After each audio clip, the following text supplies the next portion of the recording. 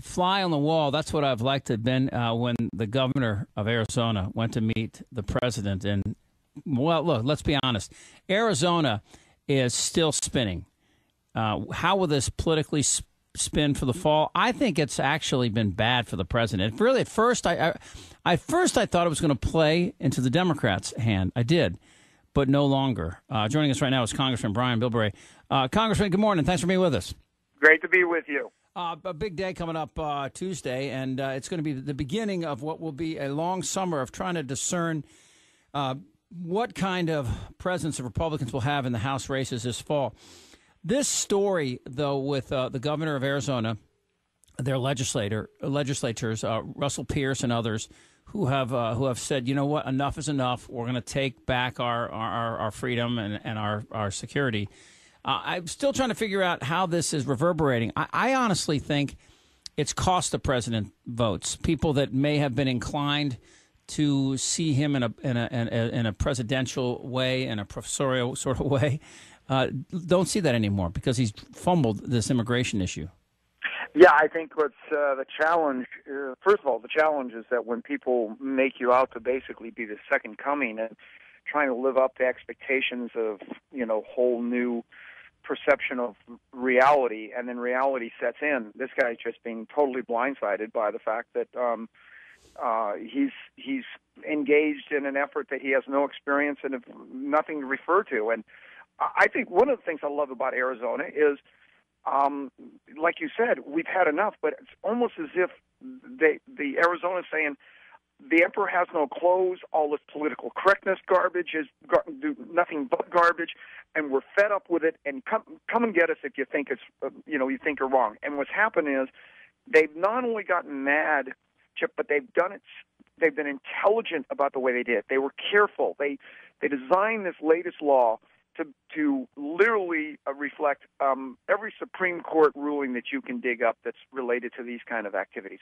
They really did their homework. So I guess the real thing here, they're not only right, but they're very smart in the way they've done it. And Obama is right now spinning in the wind, trying to find an angle, to find a weak spot here. And Arizona has not only said stick it, but they've thought about how to make sure that the president can't stick it back. Well, your colleague Ted Poe from Texas, that was so sweet with what he did to Holder at the Judiciary Committee meetings, by revealing that he had not actually read the bill. Now, somebody pointed out to me that maybe they were doing that so they could have deniability, which is even more embarrassing when your top cop in the executive branch admits he hasn't read a bill that he's been criticizing on talk radio. On morning TV shows. It's embarrassing, but you know what? Not entirely unusual. In it's a sort of a cavalier way that they've run this administration for the past year and a half. Let me ask you. But Chip, you got to understand though. I think I got to stop you at one thing. It's not just stupid. It's really immoral. I mean, common decency says before you start attacking somebody, especially you start playing the race card, you start calling people. You starting to compare them to Nazi Germany, at least have the decency to read the law before you do that. And to me, that showed a real fundamental flaw in the entire administration's approach to this, that if you can't give somebody at least the decency to read the law before you start impugning their integrity, then doggone it, man, you've got some real problems. And it may work in Chicago. This may be great in Illinois, Indiana, and that the Chicago Bronx.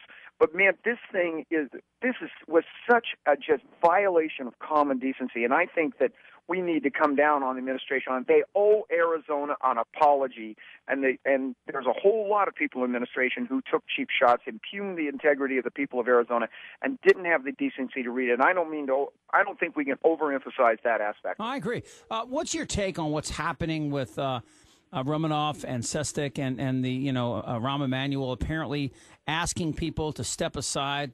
This seems to be a really gross violation of separation of powers.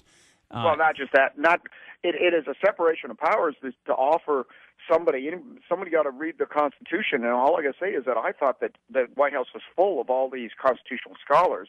That you start asking somebody in the legislative branch to serve in a executive position that's specifically outlawed in the separations of powers. But I think bigger than this is here we go again, another issue where you've got some of these dealings that are going on that is maybe fine in Chicago politics, but is not legal under the federal law. And I think that one of the things that we're going to see more and more of is this whole issue of how many people that are in this administration come out of that Chicago political machine structure. And when you have been born and raised in that political structure, it is awful hard to stop doing what you've always been taught to do. And what is normal, what is average in Chicago is not only acceptable in the national, it's not legal. And I think you just saw the governor get in trouble over there. He didn't think it was any big deal to be fishing around for appointments and good deals. And he's now in trouble. I think you're going to see a lot of these guys that they're fishing in a pond now, and the rules are totally different, and they don't get to play the game the way they've always done it when they were back home in Chicago. Yeah, I can only imagine what it was like when Governor Brewer went in to meet the president. As far as I've been reading, there was no press in there, so there must have been an interesting conversation. I would imagine that when Holder and others talk about questioning the constitutionality, I can't see them before the election going after Arizona in court, or even bringing a case before or even trying to start a lawsuit before the elections in November. Can you?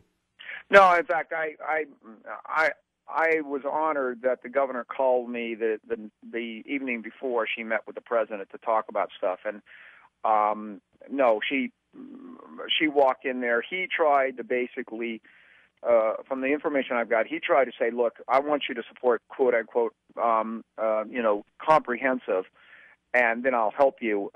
He wants amnesty. He's holding the country hostage for amnesty. And she basically said, we can talk once we've secured the borders, once we've done something. And got to remember, this administration may be talking about sending up to maybe 1,200 National Guardsmen. That's 1/5 of what the Bush administration did. But at the same time he's talking about that, what he's not talking about is that he is not detaining any of the illegals that he's catching in workplace enforcement. He's allowing them back onto the street after they raid the places, and he's not doing his workplace enforcement. I think we got to keep our eye on the ball. The border is a symptom of the problem.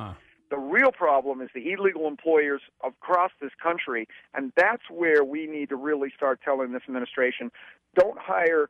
If you want to hire more people, hire more ICE agents, because the Border Patrol agents will even tell you the ICE agents are where we're going to win this war.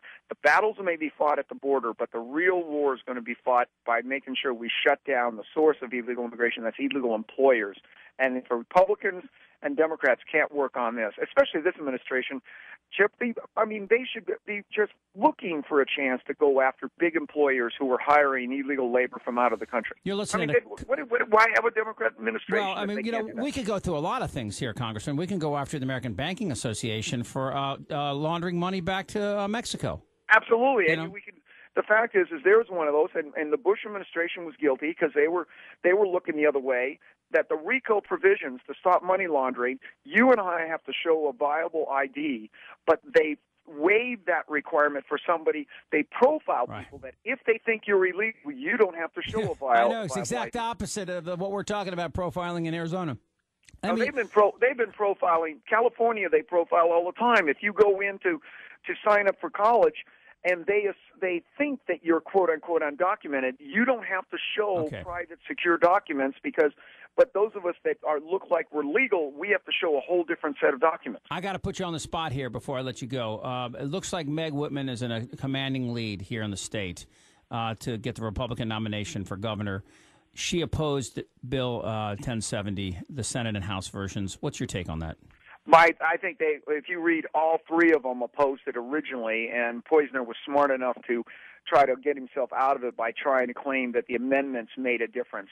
I think Meg knows that she made a terrible mistake. I told her flat out, don't let your pollsters mislead you. This this stream may look only this wide, but it runs deep and it runs fast. And she stepped in it. She knew she made a mistake, and I think the good part about this is they all are going to learn that this is an issue that they've got to listen to the people, not their pollsters. All right. When you talk to her, tell her to come on our show sometime.